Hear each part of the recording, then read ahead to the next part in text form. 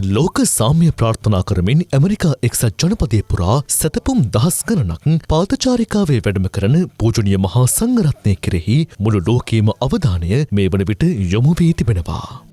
මෙම පාදචාරිකාව සංවිධානය කර ඇත්තේ ටෙක්සාස් ප්‍රාන්තයේ ෆෝර්ට් වර්ත්හි පිහිටි යෙහන්දාහු විපස්සනා භාවනා මධ්‍යස්ථානයේ මූලිකත්වයෙන් පාදචාරිකාවේ වැඩම කරන මේ පූජනීය මහා සංඝරත්නය සැතපුම් 2300කට අධික දුරක් වැඩම කරනු ඇති බව විදෙස් මාධ්‍ය වාර්තා කරනවා.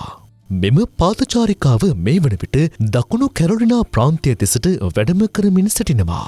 මෙම පාදචාරිකාවේ වැඩම කරන පූජනීය මහා සංඝරත්නයේ අරමුණ වන්නේ ලෝකේ පුරා සාමය, කරුණාව සහ මෛත්‍රිය ප්‍රාර්ථනා කිරීමයි. මෙහි වඩාත් සුවිශේෂී සිදුවීමක් වන්නේ ආලෝකානම් සුනකයා මෙම ස්වාමීන් වහන්සේලා සමග පාදචාරිකාවේ ගමන් ගැනීමයි.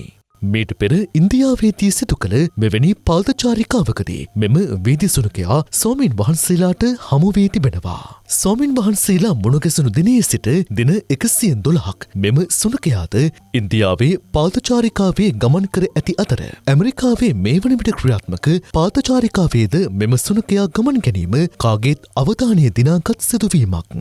ලෝකේ පුරා සාමය, මෛත්‍රී සහ කරුණාව ව්‍යාප්ත කිරීමේ අරමුණින් ක්‍රියාත්මක මෙම පාදචාරිකාව එළඹෙන පෙබරවාරි මාසයේදී වොෂින්ටන් DC වෙත ළඟාවීමට නියමිත බවද විදෙස් මාධ්‍ය වාර්තා කර තිබෙනවා. Thank you for watching Sri Lanka's first and only Buddhist news bulletin. Stay connected and stay informed with Susambesha News. Join us on the Susambesha News YouTube channel and Facebook page. Sri Lanka's first and only Buddhist news bulletin, Susambesha News.